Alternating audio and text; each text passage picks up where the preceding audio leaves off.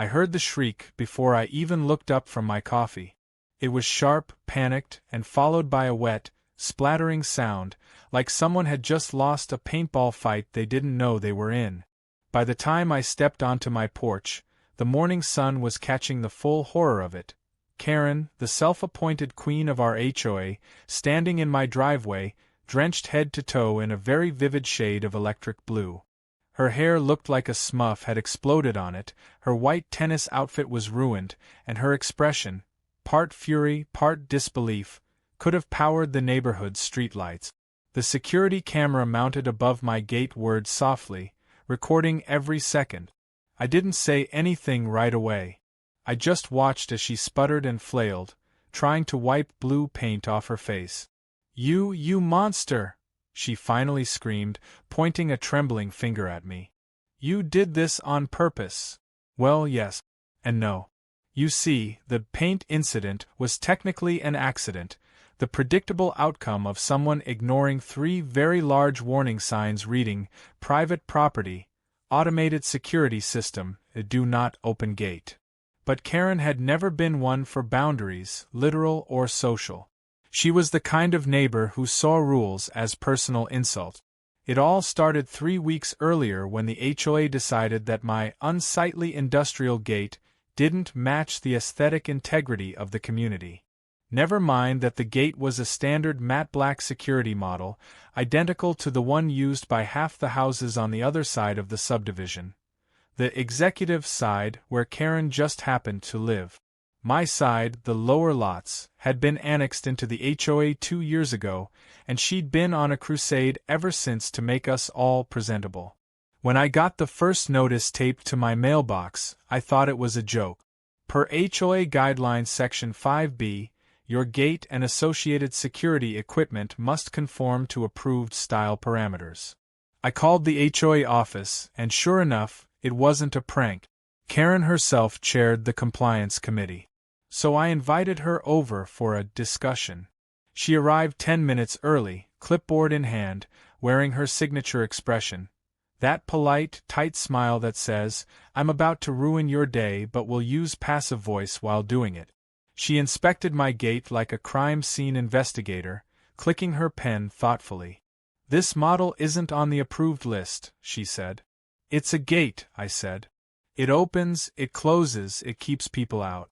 "Pretty sure that's the point." Karen adjusted her sunglasses. "Our neighborhood prioritizes cohesion and visual harmony. This," she waved vaguely, "feels industrial. Intimidating." "That's because it's secure," I replied. "I have delivery packages, tools, and occasionally my sanity back there." She chuckled without humor. "I'm afraid aesthetics are not negotiable. You'll need to replace it by the end of the month." That's when I started planning. Not revenge, exactly. More like creative compliance. See, the HOA bylaws never said anything about paint deterrent. My property backed up onto a service road that had recently seen a rash of break-ins. So I upgraded my system. Motion sensors, camera-activated floodlights, and, as of a particularly inspired Saturday, an automatic marking deterrent. A friend of mine who worked in agriculture gave me the idea. Farmers use dye sprayers to mark trespassing animals, harmless but highly visible. I customized it with biodegradable blue paint. It would only trigger if someone manually opened the gate without the access code. 2 weeks later, Karen sent another letter. Failure to comply will result in fines. She wasn't bluffing. I filed an appeal. I even showed up to the HOA meeting, where Karen presided like a judge over small claims court. The room was full of the usual suspects, retirees who treated the HOA like their personal empire. When I presented photos of similar gates on approved houses, Karen just smiled that tight smile again. "Those were grandfathered in," she said. "Convenient," I replied. The vote went her way, of course. But that night, I installed my new system and updated the security footage to cloud storage. If they wanted to play games, fine. I was done trying to reason with people who thought wrought iron was an existential threat. Which brings us back to this morning. Karen had apparently decided that if I wouldn't comply voluntarily, she'd take matters into her own hands. The footage later showed her marching up my driveway with her phone out, narrating like some kind of community hero. "We're going to document this non-compliant structure," she said to the camera. "The homeowner has been warned repeatedly." Then she reached out, grabbed the gate latch, and pulled. The sensor triggered instantly. A jet of blue mist exploded outward, coating her from shoulder to shoe. She screamed, staggered back, dropped her phone into a puddle, and started cursing loud enough to wake the neighbors. Now she stood there, dripping, demanding explanations. "You trespassed," I said simply. "System did what it's supposed to do." "This is assault," she barked. "No, it's paint," I replied. "Non-toxic, biodegradable, and according to my lawyer, completely legal." That only made her angrier. She stomped toward me, leaving bright blue footprints across my concrete. "You're going to regret this," she hissed. "I'll have you fined into oblivion."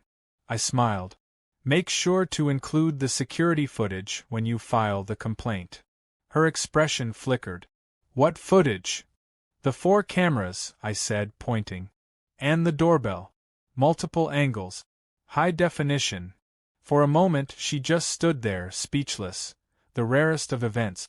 Then she turned and stormed off, trailing blue paint like a furious snail. By lunchtime, half the neighborhood had seen the video. Someone, not me of course, had shared a short clip in the community WhatsApp group with the caption, "HOA enforcement in action." Within hours it had been screen-recorded, reposted, and memed to death. My personal favorite showed Karen next to a Smurf village with the text, "New HOA color palette approved." That's when the calls started. First from the HOA office, then from Karen herself, alternating between threats and demands for an apology. But I didn't answer. I was busy talking to my insurance company, who found the whole thing hilarious. The system had done exactly what it was designed to do: deter unauthorized access. That evening, when I took out the trash, I noticed Karen's car idling by the curb. She was on the phone, glaring at my house like she could burn it down by willpower alone. Her hair was still faintly tinted blue despite what I'm sure had been multiple showers. When she saw me, she rolled down the window and hissed, "This isn't over." I raised my hand in mock salute. Didn't think it was. Because if there's one thing I'd learned about Karen, it's that she never quits. And if she wanted a war over a gate, I was more than ready. By the next morning, she'd filed an official HOA violation notice, not against my gate this time, but for conduct unbecoming of a community member. She accused me of harassment, defamation, and willful paint-based aggression. But I had footage. I had timestamps. And most importantly, I had patience. Karen wanted control. I wanted peace. Only one of us was going to get it. And as far as I was concerned, I'd already started keeping score. The next morning, my driveway had become a tourist attraction. People walking their dogs slowed down to pee. Teenagers from the next cul-de-sac pretended to check their route on Google Maps while taking discreet photos of the faint blue footprints that still marked the pavement. Someone even left a bottle of window cleaner on my porch with a sticky note that said, "For Karen." I could have cleaned up the marks easily. But honestly, they'd grown on me. They were like battle scars, quiet proof that my house didn't bow to the HOA queen. My wife, Emily, just shook her head every time she saw me smirking at them. "You really shouldn't encourage her," she said. "I'm not encouraging," I said. "I'm documenting." Emily rolled her eyes. "You're poking a bear. A very loud, very litigious bear." She wasn't wrong. By noon, I received an email titled Formal Complaint, Paint Assault and Non-Compliance Escalation. The attached document was 4 pages long, all written by Karen. It included eyewitness testimony from her 2 closest allies on the HOA board, Barbara and Hank, both of whom lived 3 streets over and hadn't even been present. According to the complaint, I had willfully engineered a harmful trap designed to humiliate and injure a fellow homeowner performing her civic duties. The injury, by the way, was emotional distress and temporary discoloration of hair. I laughed so hard I almost dropped my coffee. Then I saw the last line. The HOA board will hold an emergency hearing to address this matter on Friday at 6 p.m. Of course they would. Karen loved nothing more than a stage. When Friday rolled around, the meeting was packed. It wasn't just the board members. Half the neighborhood showed up, most of them curious to see the drama unfold live. The HOA conference room looked like a low-budget courtroom. Karen sat at the head table, her hair noticeably darker. Apparently she'd dyed over the blue.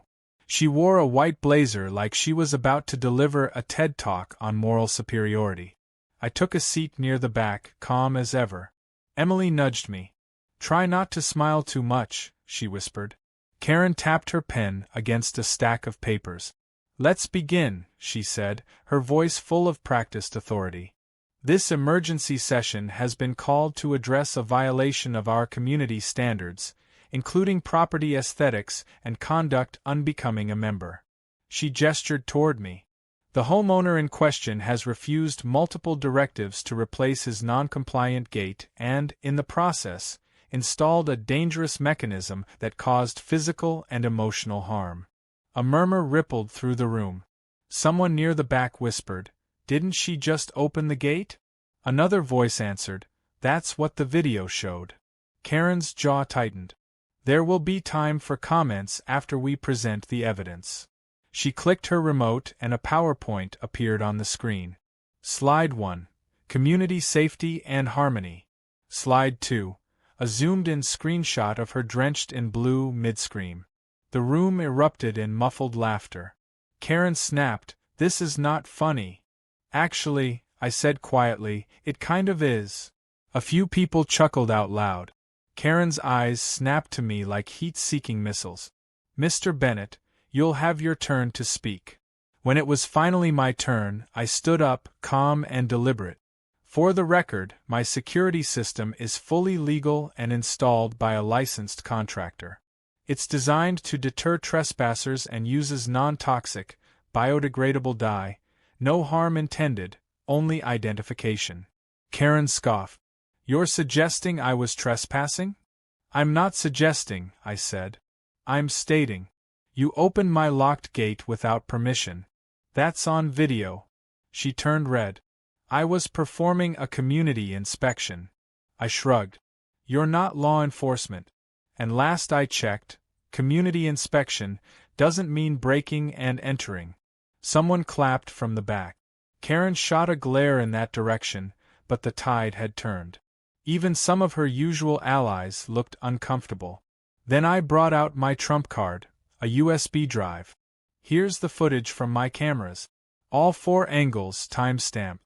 If the board wants to review it, you'll see everything, including her ignoring the posted warnings." Karen blanched. "That footage is private property." "Exactly," I said. "So is my yard." The room went silent for a moment, then someone muttered, "He's got a point." The HOA president, technically above Karen but usually too lazy to challenge her, cleared his throat. "Perhaps we should review the video before making a ruling." Karen tried to object, but it was too late. The president loaded the footage on the projector. We all watched as Karen strutted up to the gate, narrated her inspection, ignored the signs, and pulled the latch. The paint jet hit her squarely in the face, followed by her shriek and retreat. By the time the clip ended, the room was struggling not to laugh again. Karen was fuming. "This is entrapment. He set me up." The president sighed. "Karen, it seems clear you entered without authorization. I don't see grounds for penalizing Mr. Bennett." Her voice rose. "So you're just letting him mock me? He assaulted me." The president rubbed his temples. "We'll table the gate issue for now. Let's move on." But Karen wasn't done. She stood up, slamming her hands on the table. "If this board won't enforce the rules, I'll escalate this myself. There are legal channels." And with that, she stormed out. The moment the door shut, the whole room broke into laughter. Even the HOA president chuckled. Someone whispered, "Guess she got her true colors." I couldn't help it. I grinned. But I should have known that wasn't the end. Karen never accepted defeat quietly. 2 days later, a police cruiser pulled up outside my house. The officer, a young guy with a tired look, stepped out and knocked. "Mr. Bennett?" "That's me," I said. He glanced at his notepad. "We got a report of assault with a chemical substance." I raised an eyebrow. "Let me guess, from a woman named Karen?" He sighed. "Yeah. You wouldn't happen to have video evidence, would you?" "Oh, several angles," I said. "Want me to email them?" He followed me inside, and I showed him the footage. He watched the clip twice, then laughed. "This is the complaint? She opened your gate and got hit with her own bad decision." "Pretty much." He wrote something down. "No charges here, sir. But I'll file a note that this was unfounded." Before he left, he added, "By the way, my wife saw that video online. Said it's the funniest thing she's ever seen." "Online?" I asked. "Oh yeah. Someone uploaded it to Facebook. It's got, like, 100,000 views." I froze. "Wait. What?"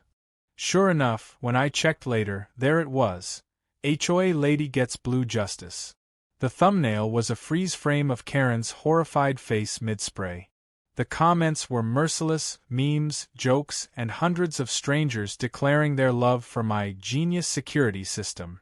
That night, Emily and I sat on the couch, scrolling through the comments while trying not to choke laughing. "You realize she's going to lose her mind over this, right?" she said. "She already has," I replied. "Now it's just going public." The next morning, Karen marched up to my house again, but this time she didn't touch the gate. She stood just outside it, phone in hand, recording herself.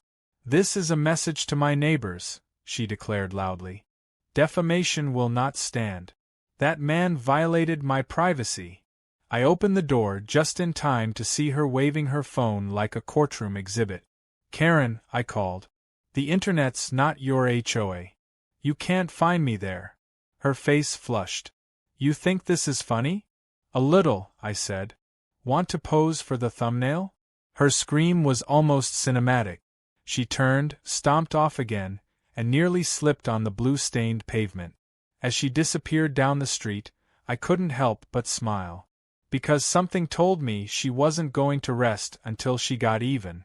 And when she did, she'd make it spectacular.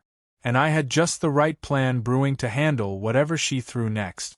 By the time the weekend hit, the video had officially gone viral. Not just neighborhood gossip, viral, internet viral. It spread like wildfire on Reddit, Facebook, and even TikTok. Someone added dramatic music and slow motion to the moment the blue spray hit her face. Another remixed it with a song called "I'm Blue," and that version alone had over 2 million views. I didn't post it. I didn't even share it. But someone had leaked the clip from the HOA meeting, and Karen was convinced I was behind it. Monday morning, I woke to the sound of heavy knocking. Karen again, but this time she wasn't alone. She had 2 people with her, one in a suit and another holding a clipboard like they were about to conduct a field inspection of my soul. I opened the door, coffee mug in hand, already bracing for impact. "Mr. Bennett," Karen began, voice tight and shaking, "you violated my privacy and defamed my reputation. This is my attorney, Mr. Blake, and my public relations consultant, Ms. Porter." "Morning," I said calmly. "Coffee?" The lawyer didn't smile. "My client intends to pursue civil damages unless you remove all traces of the video and issue a public apology." "Pretty sure I didn't post the video," I said. "Maybe check the internet. It has a life of its own." Karen crossed her arms. "Don't play dumb. You're the only one who had access to that footage." "That's true," I said, sipping my coffee. "But the HOA had a copy too, remember? You projected it at a public meeting." That stopped her cold. Her lawyer blinked. "Wait, it was shown in a public meeting?" I nodded. "On a big screen. In front of 40 people. Cameras everywhere. You might want to sue your own PR team first." Ms. Porter, the PR consultant, muttered something about crisis optics, and started typing furiously on her phone. Karen glared at me, realizing she was losing ground fast. "This isn't over," she snapped. "Pretty sure you said that last time," I said. "You might want to mix it up. Try something new like 'You'll rue the day' or 'Mark my words.'" Her jaw clenched so tight I could almost hear her enamel grinding. She spun on her heel and stomped off. The lawyer followed, clearly regretting life choices. That should have been the end of it, but of course, Karen doesn't do end. She does next round. By Tuesday, she'd launched what I came to call Operation Reputation Cleanup. Flyers appeared on every mailbox claiming I had harassed and publicly humiliated a respected community leader. They were printed in color, with my house's photo, a still image from the video, and a call to support fairness and accountability in the neighborhood. Someone had scrawled "Smuff Queen Strikes Again" on one of them in marker before I even got home. Emily found it first. "You're not going to believe this," she said, handing me one of the flyers. I read it twice and burst out laughing. "She used Comic Sans," I said. "You can't take a smear campaign seriously if it's in Comic Sans." Emily didn't laugh. "It's not funny, Mark. She's escalating. What if she actually sues?" "She won't," I said confidently. "She thrives on drama, not paperwork. But just in case." That night, I updated all my security measures. New passwords, encrypted backups, and a discreet motion-activated camera facing the street, one she couldn't see. If she tried something sneaky, I'd have it on record. Sure enough, 2 nights later, I caught her on video again. It was around 11:30 p.m. I was half asleep when my phone buzzed with a motion alert.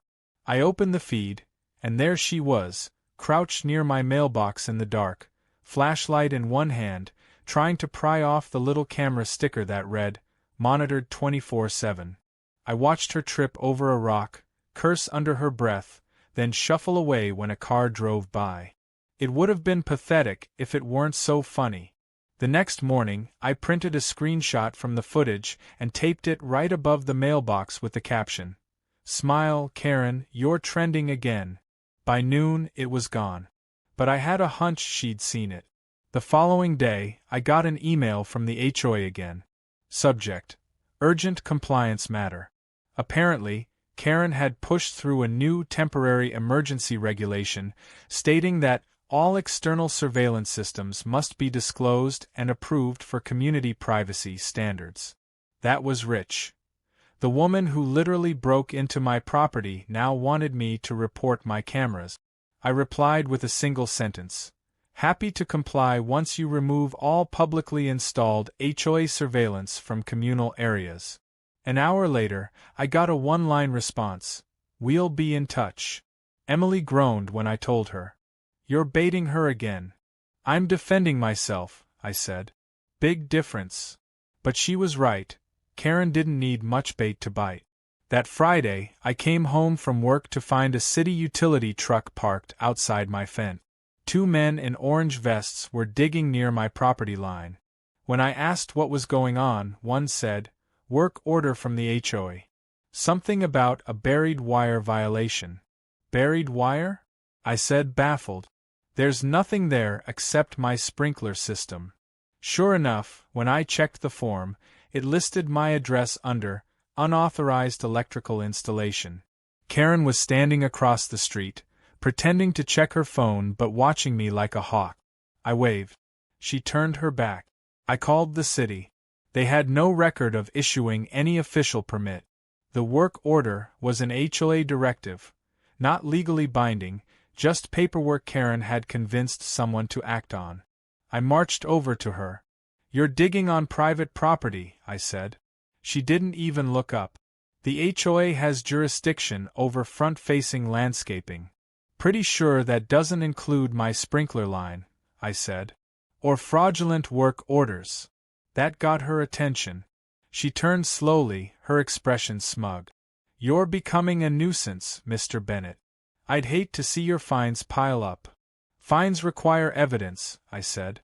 "And I have plenty of that." Would you like me to email you tonight's footage or wait until the morning? Her face flickered, just a moment of panic before she recovered. We'll see about that, she muttered. When she finally left, I went inside, furious but oddly amused. The woman was relentless. I couldn't tell if she wanted revenge or a reality show. Maybe both. But that night, I decided if she wanted a spectacle, I'd give her one. On my terms. Over the weekend, I got to work. I installed a new motion-activated feature on my gate. A harmless confetti burst that triggered whenever the security latch was tampered with. It wasn't paint this time, just biodegradable paper bits and glitter. The setup was reversible, easy to clean, and completely within legal bounds. Emily watched, shaking her head. You're insane. I'm prepared, I said. And it's going to be hilarious. It didn't take long for fate to reward me. Sunday afternoon, I was washing my truck when I saw Karen approaching again, clipboard in hand. She stopped right at the gate, muttering something about visual inspection. I stayed silent, pretending not to notice. She hesitated, then reached for the latch. The confetti cannon exploded in a cloud of blue and gold glitter that rained down like a party gone wrong. She screamed again, staggering backward as the wind carried glitter into her hair, her clothes, and probably her teeth. This time, I didn't even try to hide my laughter. She looked up at the camera, face red, fists clenched. You think this is funny? I think it's festive, I said. Happy Sunday, Karen. She stormed off, muttering something about calling Channel 6 News. By nightfall, my doorbell camera had caught her husband, Greg, showing up to peel off the new warning signs I'd posted. Caution, may contain glitter. He looked exhausted. I'm sorry, man, he said quietly when he saw me open the door. I don't know how to stop her. I almost felt bad for him. Almost. That week, the HOA chat group was chaos. Half the residents were openly mocking Karen, the other half pretending to be neutral but secretly entertained. One guy posted a meme of her under a disco ball. Karen's leadership position started to crumble. People were tired of her crusades, her drama, her endless threats. A petition began circulating to remove her as chair of the compliance committee. I didn't start it, but I might have signed it twice. By Friday, the petition had enough signatures to force a vote. Karen was livid. She called an emergency meeting again. This time not to fine me, but to defend herself. It was poetic justice. When the meeting began, she tried to start with another PowerPoint, but her laptop crashed mid-sentence. Someone in the back whispered, "Even the computer's done with her." I didn't say a word. I just sat there, calm, patient, waiting. Because Karen wasn't done self-destructing yet. And I was more than happy to let her do the work for me. By Monday morning, the glitter incident had officially replaced the paint debacle as the neighborhood's favorite story. The HOA group chat, which had once been filled with passive-aggressive notes about lawn lengths and mailbox colors, had transformed into a digital battlefield of memes. Someone had photoshopped Karen into a Vegas showgirl outfit with the caption, "Compliance Queen Sparkles." Another posted a fake event listing, "Annual Glitter Parade, sponsored by the HOA." Every time I checked my phone, there was something new. Karen, however, was nowhere to be seen. She'd gone dark for almost 2 days. That worried me more than her yelling ever did, because quiet Karen meant plotting Karen. Tuesday evening proved me right. I was on my porch, trimming some overgrown vines near the fence when a sleek black SUV pulled up. The driver's door opened, and out stepped a local news crew, full camera rig, reporter, and even a boom mic operator.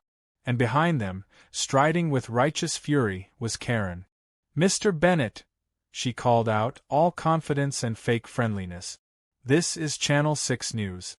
We're here to discuss ongoing issues of homeowner harassment and the misuse of so-called security devices."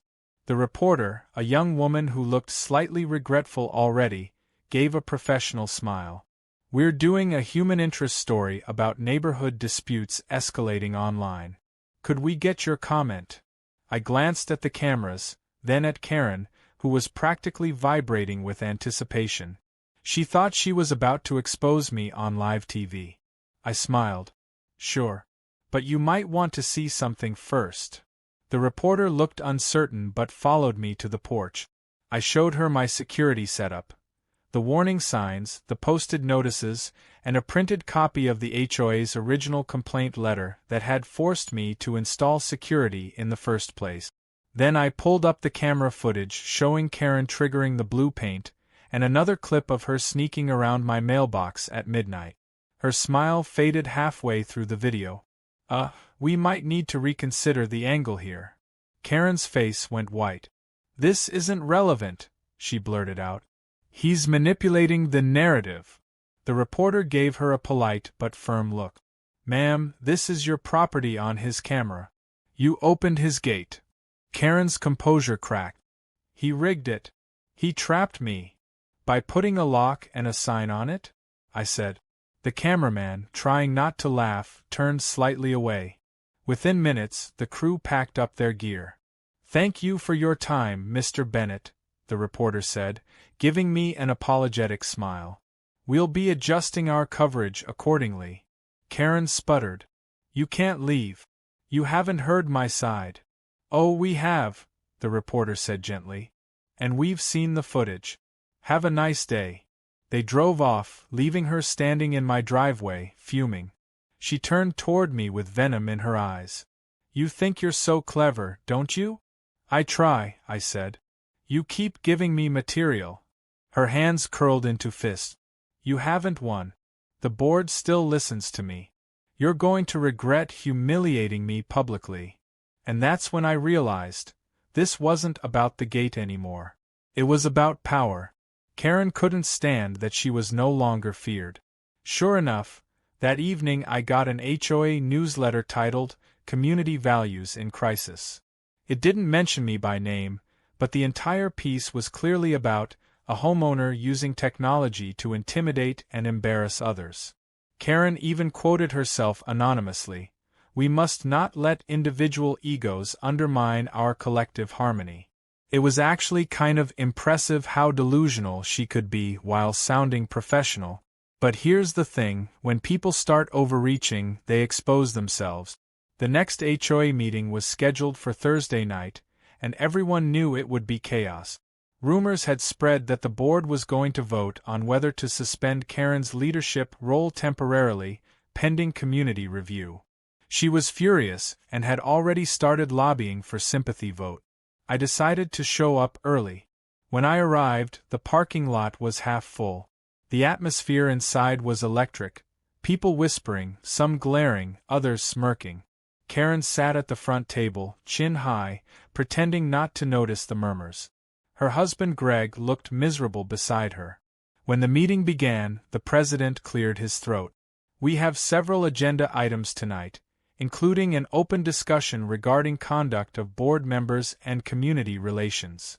Karen stood immediately. Before we start this witch hunt, I'd like to address the ongoing harassment I've faced. The room groaned audibly. She pointed toward me. This man has made a mockery of our neighborhood. He's posted humiliating footage, encouraged online ridicule, and turned our peaceful community into a circus. I raised my hand calmly. May I respond? Go ahead, the president said. I walked to the front with a small folder. Everything she said might sound dramatic, but facts matter. So let's review them. I handed out copies of printed screenshots showing timestamps, camera logs, and the HOA's own records of Karen's unauthorized entry. The footage she's referring to wasn't posted by me. It was shown here, at an HOA meeting, under her supervision. If it's spread afterward, that's on whoever recorded this meeting. A few heads nodded. Someone whispered, "That's true." Karen's voice trembled. He's twisting things again. I continued. Additionally, since that incident, I've received false work orders, nighttime trespassing, and now public slander in the form of newsletters. I've documented every event and consulted legal counsel. I've also filed a report with the police, not because I want conflict, but because I'm done being targeted. That last line hit hard. The room went silent. Then, the HOA president spoke. Karen, is any of that inaccurate? She hesitated, just long enough for everyone to notice. I was trying to protect our community. The treasurer, an older gentleman who usually backed her, finally spoke up. Protecting us doesn't mean breaking into someone's property or digging up their yard without permits. A ripple of agreement swept through the room. Karen's face flushed bright red. You're all turning on me? After everything I've done. Karen, the president said gently, we appreciate your dedication, but it seems this situation has gotten personal. Maybe it's time you take a step back. That broke her composure completely. You're all cowards, she snapped. This entire board is useless without me. And just like that, she stormed out, slamming the door so hard a painting fell off the wall. The rest of the meeting was awkwardly productive. They voted to suspend her leadership role pending review and mediation. It was basically a polite way to say she was fired. I went home that night feeling like I'd finally won. The neighborhood felt lighter. The air didn't hum with tension anymore. For once, I thought maybe, just maybe, it was over. But peace never lasts long when Karen's pride is wounded. 3 days later, I got a letter in the mail. No HOA logo this time, just a plain white envelope with my address handwritten in blocky, furious letters. Inside was a single sheet of paper that said, "Enjoy your victory. You'll wish you hadn't." No signature. No return address. But I didn't need one. The handwriting was distinct, sharp, narrow strokes, the same as her flyers. Emily found me staring at it. Please tell me that's not from who I think it is. Pretty sure it is, I said. She's not taking her suspension well. She sighed. Mark, maybe it's time to move. This is getting insane. I shook my head. No. She wants to scare me out. I'm not giving her that satisfaction. I scanned the letter, saved it to my files, and set it in a drawer. I wasn't angry. I was curious. Because I knew Karen, and if she was threatening me in writing, it meant she was planning something bigger. That night, I double-checked every camera feed and security backup. I didn't know what was coming next, but I knew one thing for sure. When Karen made her next move, I'd be ready, and this time, it wouldn't just be funny. It would be poetic. The letter stayed in my desk drawer for a week, untouched but never forgotten. Every time I opened that drawer to grab a pen or pay a bill, the words seemed to glare up at me. Enjoy your victory. You'll wish you hadn't. It wasn't the threat itself that got under my skin. It was the certainty behind it. Karen didn't bluff. When she promised chaos, she delivered. And right on schedule, things started happening. First came the mysterious maintenance visit. A landscaping truck showed up on a Monday morning claiming to have an order to regrade my front lawn to meet HOA drainage standards. I hadn't ordered it. They even had fake paperwork, official-looking, but the signature line read K. L. Harrison, Acting Compliance Advisor. That was Karen's name. She wasn't even on the board anymore. I called the police, and the crew packed up before they finished unloading. They weren't malicious, just confused subcontractors who'd been told I'd approved the job. One of them even apologized, saying, "Lady who hired us sounded real official. Gave us coffee when we showed up to sign papers." Classic Karen, disguising control as hospitality. Then came the mail. Over the next few days, I started receiving random catalogs, credit card offers, and a bizarre number of "congratulations, your insurance has been updated" letters. Someone had clearly signed me up for every mailing list under the sun. Even my dog got an offer for a retirement plan. Emily tried to keep her sense of humor about it. "Well, at least she's diversifying your portfolio," she said. But the laughter didn't last long. That Friday, I came home to find a bright orange notice taped to my fence. City code violation, unauthorized structure requires removal. At first, I thought it was another fake, but no, it had a real city seal and a case number. Apparently, someone had filed a complaint claiming my gate system was hazardous to public safety. When the inspector came by the next morning, I invited him in. He was polite, professional, and clearly tired of being dragged into neighborhood feud. "We get a lot of these," he said with a sigh, looking over the fence and the gate. "Usually one neighbor trying to get the other in trouble. Honestly, this setup looks fine." He checked the wiring, the latch, the signage, all up to code. Then he lowered his voice. "Between you and me, whoever filed this has been very persistent. We've gotten 5 separate complaints under different names, all with the same handwriting. I didn't even need to guess." "She's relentless," I said. He smirked. "Relentless or bored." After he left, I sat on my porch, staring at the gate that started it all. I'd never wanted a war. I just wanted to be left alone.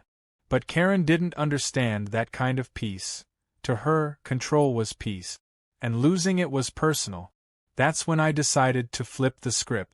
Instead of reacting, I started planning something bigger, something that would finally expose her for what she was, in front of everyone. Not out of spite, but out of necessity. You can't reason with a tornado, you have to redirect it. The opportunity came sooner than I expected. The HOA had scheduled its quarterly community fair, a big event with food trucks, raffle tables, and local vendors. It was meant to celebrate unity and neighborhood pride. Karen, despite being suspended, had volunteered as event consultant, which basically meant she'd found a way to reinsert herself into power. I decided that's where this would end. I spent the next week quietly gathering everything: screenshots, videos, fake work orders, her anonymous letter, even the city complaint logs. My cousin, who worked in IT, helped me organize everything into a clean, time-stamped slideshow. Nothing exaggerated, nothing edited, just facts. I wasn't going to humiliate her with lies. I was going to destroy her with the truth. When Saturday arrived, the fair was in full swing by noon. Karen was in her element, microphone in hand, barking instructions at volunteers and greeting guests like a politician on election day. Her hair was back to its usual blonde, her smile as wide and plastic as ever. "Remember," she announced over the loudspeaker, "we're here to celebrate community and cooperation." I almost laughed. At 3 o'clock, the HOA president called for the Open Forum, a new feature allowing residents to bring up neighborhood issues. Normally, that would mean complaints about noise, trash bins, or lawn height. Today, it was going to mean something else. When my name was called, Karen's face stiffened. She hadn't expected me to show up. "Mr. Bennett," the president said, "you have the floor." I walked up to the mic, calm, polite, holding a small USB stick. "Thank you. I'd just like to share a few things about recent events that have affected our community." Karen immediately interrupted. "This isn't the place for personal grievances." "Actually," I said, "I think the community deserves transparency." The president motioned for her to sit. She did barely. I plugged the drive into the projector laptop. The screen behind me flickered to life, showing the first slide: timeline of HOA incidents, gate dispute. Then, one by one, I went through them. Photos of my posted warning signs. The video of her opening my gate. The still frame of her sneaking around my mailbox at midnight. The fake work order signed under her name. The city complaint record. And finally, a scan of her anonymous letter. Gasps rippled through the crowd. People turned in their seat. Some whispered her name. Karen shot up from her chair. "This is harassment," she shouted. "You're twisting everything." "I'm reading facts," I said calmly. "Everything here is time-stamped, documented, and verified. You've targeted me, falsified paperwork, and abused your position for personal vendettas. I didn't want a fight, but you made sure there was one."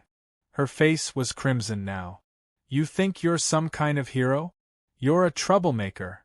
The president finally stepped in. "Karen, enough. The evidence is clear. You've acted far outside your authority." The treasurer spoke next. "Frankly, this is an embarrassment to the HOA." And then, the crowd did something I didn't expect. They applauded. Not loud or mocking, but genuine. A slow, steady clap that grew until half the room was on their feet. Karen's mouth fell open. "You're all laughing at me?" "No," I said softly. "We're finally seeing you." She stood there shaking, eyes darting between faces that no longer supported her.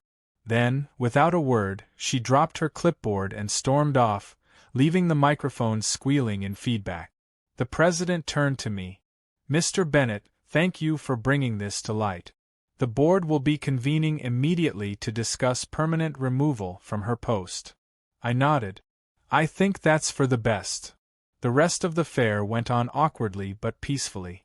People avoided the topic out loud, but you could feel the relief, like someone had lifted a heavy shadow off the whole neighborhood. By sunset, the official announcement came through on the HOA chat. Effective immediately, Karen Harrison has been permanently removed from all HOA leadership positions pending further review. The message ended with a line that made me grin. "The board appreciates residents' cooperation in restoring civility to our community." That night, as Emily and I sat on the porch watching the sun go down, she said quietly, "You did it. You actually beat her." I shook my head. "No. She beat herself. I just held up a mirror." She smiled. "So it's finally over?" I looked at the gate, the same one that started all of this. The blue stain had long since faded, but the memory hadn't. "Maybe," I said. "But with Karen, you never really know." And somewhere deep down, I had a feeling she wasn't finished. Because people like Karen don't just lose, they plot. And the way she left that fair, silent and shaking, told me she was already thinking about her next move. For a few days, the neighborhood was quiet, suspiciously quiet. The kind of calm that feels like a deep breath before a scream. Karen had disappeared completely, no emails, no flyers, number 6 a.m., courtesy checks. Even her husband Greg was keeping a low profile, walking their dog early in the morning when no one was around. Emily tried to believe it was over. "She's humiliated," she said, sipping her coffee on the porch one morning. "Even Karen has limits." "Karen has moods," I said. "Not limits." And I was right. The first sign came 3 nights later. Around midnight, my phone buzzed with a motion alert. I opened the security feed and saw movement near the side of the yard, the faint glow of a flashlight darting along the fence line. At first, I thought it was some teenager cutting through the property. But then I saw the silhouette. Short, stocky, hair pulled back tight, moving with determined fury. Karen. She was creeping along the edge of my fence with a can of spray paint.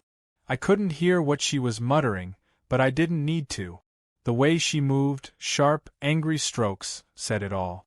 By the time she finished and disappeared into the dark, I could already see the words gleaming faintly in silver under the porch light. Liar. Bully. Fraud.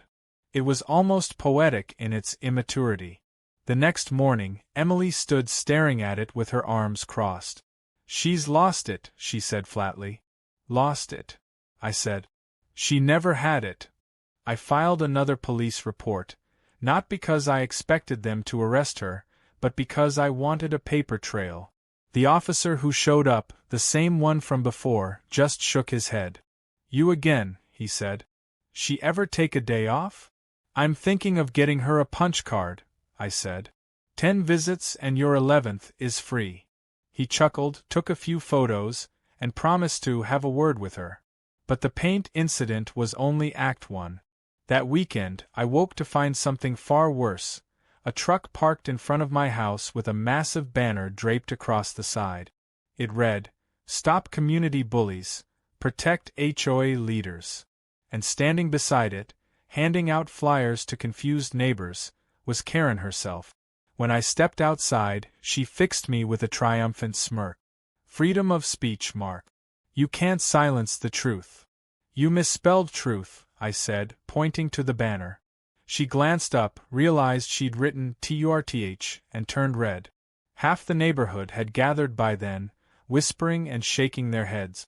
One of the older residents, Mrs. Langley, asked, "Karen, dear, shouldn't you let this go? It's embarrassing." Karen turned on her. "You're all sheep." He's turning everyone against me. The crowd dispersed after that, embarrassed for her more than angry. But I knew she wasn't done.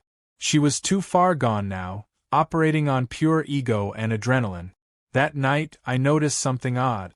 My security camera feed from the front yard cut out for exactly 5 minutes, the same time my motion lights flickered. When the system came back online, everything looked normal. But something felt off. The next morning, I found out why. Someone had unplugged the main camera feed and plugged it back in just slightly off-kilter, like they wanted me to notice. That's when I called in my cousin again, the IT guy who'd helped with the slideshow. "Can you run diagnostics on the feed logs?" I asked. He came over that evening, laptop in hand. "Yep," he said after a few minutes. "Someone's been trying to access your system remotely. Repeated password attempts, all from the same IP." I leaned over his shoulder. "Can you trace it?" He smirked. "Already did. It's the same Wi-Fi network that registered the complaint emails you showed me before. The HOA admin account. Guess who still had access?" I didn't even need to say it. Karen. So she was trying to hack my cameras now. Probably looking for footage she could delete or twist. But the irony? My system had off-site backups. Even if she'd gotten in, she couldn't erase anything. I sat there in silence for a moment, then said, "You think you can add a little surprise if she tries again?" He grinned. "What kind of surprise?" "Something that lets her know she's been caught in real time." It took us an hour to set it up. 3 nights later, the trap worked perfectly. Around 10:45 p.m., the motion sensor pinged again. Karen's IP popped up on the system attempting to log in. My cousin's code automatically kicked in, flashing a pop-up on her screen that said, "Unauthorized access detected. This IP has been reported to law enforcement." 30 seconds later, my phone rang. It was her. "You think you're clever, don't you?" she hissed. I pretended to sound sleepy. "Karen? Why are you calling me at 10:45? You hacked me." "I hacked you," I said, laughing. "You're the one trying to break into my system. I hope you like pop-ups. The FBI logo's a nice touch." "You can't scare me," she said, but her voice cracked halfway through. Then she hung up. For a moment, I almost felt bad for her. Almost. The next day, the HOA chat lit up again. Someone had forwarded a screenshot of Karen ranting in all caps about illegal surveillance and cyber crimes. People were politely ignoring her, but the silence was deafening. She was unraveling in public, and everyone could see it. Then came the final straw. On Thursday morning, Greg showed up at my door. His shoulders were slumped, his eyes tired. He looked like a man who'd aged 10 years in 2 weeks. "I'm sorry," he said before I could even speak. "I don't know what to do anymore. She's obsessed. She barely sleeps. She's convinced you're working with the city to ruin her." I nodded, quietly listening. "She found out she's being investigated by the HOA Audit Committee," he went on. "Apparently, they discovered missing funds. Money that was supposed to go to community maintenance but ended up in a consulting expense account. Her name's on it. I swear, I didn't know anything about it." That stopped me cold. "She stole HOA funds?" "Technically misallocated," he said carefully. "But yeah, they have proof. The board's about to hold a formal vote to refer it to the city. So this wasn't just a petty feud anymore. Karen had crossed into real legal trouble, and she knew I'd be the first person everyone suspected she'd retaliate against." I sighed. "Greg, I appreciate you telling me. I really do. But you need to get her help. This isn't just a feud anymore, she's imploding." He nodded miserably. "I've tried. She won't listen to anyone." That evening, a storm rolled in, one of those heavy, electric spring storms that rattles windows and turns the sky orange. I was in the garage when I heard a sudden crack of thunder followed by the unmistakable sound of something slamming against the gate. The security feed came alive again. Karen, drenched and wild-eyed, was pounding on the gate with a broom handle, shouting something I couldn't make out through the rain. I stepped outside just enough to be seen but kept the distance between us. Karen, go home. You're trespassing again. You ruined me, she screamed. They're firing me because of you. You think you're better than me? You think you can humiliate me and walk away. The rain was pouring down, washing glitter and dirt into the street. Lightning flashed, illuminating her blue-streaked raincoat, poetic irony if I'd ever seen it. Karen, I said evenly, you did this to yourself. That only enraged her more. She raised the broom handle like she might strike the camera, and that's when the gate's deterrent system triggered automatically. Not paint, not glitter, just a harmless high-pressure mist designed to repel intruders. But in the rain and chaos, it looked dramatic. A burst of white vapor, a loud hiss, and Karen stumbled backward, slipping into a muddy puddle with a splash. She screamed, sputtered, then scrambled to her feet, soaked and shaking. Her eyes met mine through the downpour, and for the first time, she didn't look angry, she looked broken. Then she turned and ran, disappearing into the storm. The police arrived 15 minutes later, responding to my call. They found her a few blocks away, still yelling about conspiracies. She wasn't arrested, just taken home after a stern warning.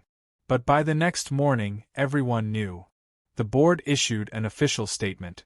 Due to ongoing misconduct, former member Karen Harrison has been permanently banned from participating in all HOA activities pending investigation of financial irregularities. The neighborhood, for once, was united in relief. Emily leaned against me that night as we sat watching the rain. It's finally over, she said softly. I watched the puddles shimmer under the streetlights. Maybe, I said. Or maybe she'll try again when the next storm hits. Emily smiled faintly. If she does, she'll just end up wetter. I laughed quietly. True. The blue paint was gone. The glitter had faded. But every time I looked at that gate, I couldn't help but grin. It wasn't just metal and bolts anymore, it was a monument to survival. Proof that sometimes, when life throws a Karen at your piece, the best revenge isn't fury or chaos. It's patience. Because nothing drives a control freak crazier than losing control, especially to someone who never even raised their voice. For the first time in months, the air in the neighborhood felt almost normal. The streets were quiet, the lawns neatly trimmed, and no one had found any surprise notices in their mailboxes. Karen's name had become something whispered with pity instead of fear. The HOA meetings were actually productive, and the new chairperson, an older gentleman named Franklin with the personality of warm oatmeal, was so boring it felt revolutionary. But peace in our community was always fragile, and part of me couldn't shake the feeling that Karen's silence was just another phase in the storm cycle. I'd seen her pride, I'd seen her rage. She wasn't built to disappear quietly. Then one Tuesday morning, I found out exactly what she'd been doing. I was grabbing coffee from the cafe on Main Street when a familiar, nasal voice floated from the table behind me. I turned, and there she was. Karen, sitting with two women from the next neighborhood over, the same fake friendliness painted across her face. She was talking about starting her own community association, one free from the tyranny of unqualified men who abuse power. I nearly snorted coffee out my nose. She was trying to build a rival HOA. When I told Emily that night, she nearly fell off her chair laughing. Oh, of course she is. She's like a villain who can't handle being cut from the sequel. Except villains usually learn something by the end, I said. We both thought it was ridiculous, until flyers started appearing again. They were neatly printed and taped to community bulletin boards, mailboxes, and even our local grocery store window. Join the New Dawn Neighborhood Alliance, restoring order, fairness, and decency. The organizer listed was Community Advocate K. Harrison. She'd even made a website. Half the neighborhood ignored her, but a handful of loyalists, mostly the same retirees who used to worship her leadership, showed up to her first meeting. I heard from a friend that it turned into a 2-hour rant about me, the man who destroyed community trust. She'd even put together slides. Honestly, I might have let her play dictator in her imaginary kingdom forever, except her new alliance started causing problems again. They began sending pseudo-legal citations to random homeowners for things like overly bright porch lighting and improperly aligned trash bins. None of it was enforceable, but it was confusing enough that people started calling the real HOA for clarification. The board was furious. Franklin, boring as he was, didn't like anyone undermining his perfectly balanced rulebook. And that's when he called me. "Mark," he said, his voice careful and polite, "I know you've had your share of experiences with Ms. Harrison. But the board would appreciate if you could, assist in collecting documentation regarding her ongoing interference." I smiled. "You mean you want me to catch her again?" He cleared his throat. "In a manner of speaking, yes." So I did what I do best, I documented. I created a private online folder, collecting screenshots of her fake citations, recorded her phone rants that neighbors forwarded, and even got video of her handing out alliance membership forms at the park while wearing a bright red sash like she was running for office. But the real gift came one night when she forgot to hang up her phone properly after leaving a voicemail for another resident. The recording continued for 5 minutes, during which she bragged about using the leftover HOA funds to get the alliance started. It was all the proof the board needed. They filed a formal complaint with the city, attaching every piece of evidence I'd provided. It turned out those leftover funds were still technically HOA property, money meant for road maintenance that she'd quietly moved into a personal account before she was removed. And just like that, the story that had started with blue paint turned into something much bigger. Within a week, the local paper ran a headline: "Former HOA leader under investigation for misuse of community funds." The article included a photo of her outside her house, looking cornered and furious. She claimed it was all a political hit job, which only made it funnier since nobody in our town could spell political without help. After that, her little alliance collapsed overnight. People returned their membership forms, muttering about misunderstandings, and her website vanished. I thought that was the end of it, until she made one final, desperate play. The HOA's annual community meeting was scheduled for the following Friday evening. It was a dull, procedural event meant to vote on next year's landscaping budget. I wasn't even planning to attend. But an hour before it started, I got a text from Franklin. "Might be worth showing up. We've had an interesting development." Curiosity got the better of me. When I arrived, the room was half full. Franklin stood at the front, nervously flipping through papers, while the rest of the board whispered among themselves. Then, right at 6 o'clock, the door opened and Karen walked in. She looked nothing like the regal figure who used to dominate these rooms. Her hair was frizzed, her blazer damp from the drizzle outside, and her eyes were wide with manic determination. "I demand to speak," she announced, marching straight to the microphone. Franklin adjusted his glasses. "Ms. Harrison, you're not a member of the board anymore. This is a public meeting," she snapped. "And I have the right to defend myself against lies." People shifted uncomfortably. The energy in the room turned electric. "I have been slandered," she continued. "Persecuted by this man," she pointed straight at me, "and betrayed by cowards who once called me a leader. You've all forgotten who built this community. I gave you order, I gave you standards. You gave yourself authority," someone muttered from the back. That hit a nerve. Her voice rose. "You'll all regret this when your neighborhood falls apart." At that moment, Franklin leaned toward the mic. "Ms. Harrison, please sit down or we'll have to ask you to leave." But she didn't. She doubled down. "You're all blind. She pointed at me again. "He set me up. He manipulated everyone. He's behind the investigation, the articles, all of it." I stood slowly, hands in my pockets, and said in the calmest voice I could muster, "Karen, if you're innocent, why did you move HOA funds into your personal account?" Her face froze. The room went silent. What?" she stammered. "That's not. Those were reimbursements." $5,000 in reimbursements? I asked. For what? Flyers? Or your new Alliance website? People gasped. Franklin cleared his throat awkwardly. For the record, Ms. Harrison, the city audit confirmed those transfers were unauthorized.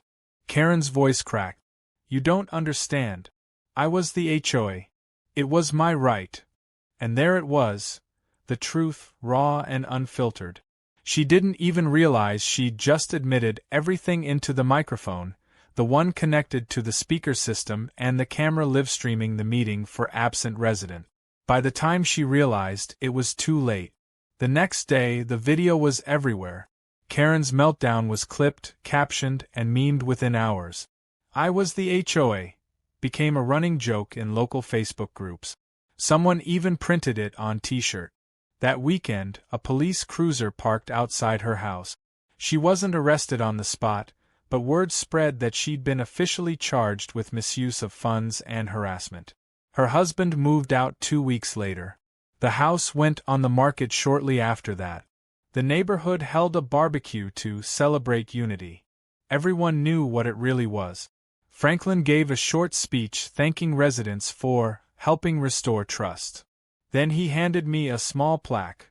Just a joke, he said, with the engraving.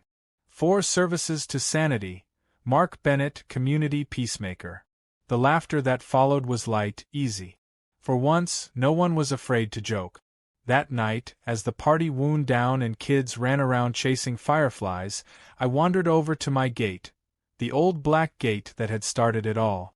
The paint had chipped a little over time, but it still looked solid. Reliable. Emily joined me, leaning on my shoulder. You think she's really gone for good? Probably, I said. But if she isn't, I've got more glitter. She laughed, soft and tired. You're impossible. I prefer prepared, I said. The crickets sang, the lights flickered, and for the first time in a long while, everything felt right. Some neighbors lose sleep over barking dogs or loud parties. Me? I'd face down the HOA's worst nightmare and come out smiling. Because here's the secret Karen never understood. Power doesn't come from rules or fines or titles. It comes from patience. From letting people show who they really are while you quietly record the evidence. And when they finally collapse under the weight of their own arrogance, you don't have to lift a finger. You just have to open the gate, stand back, and let karma spray.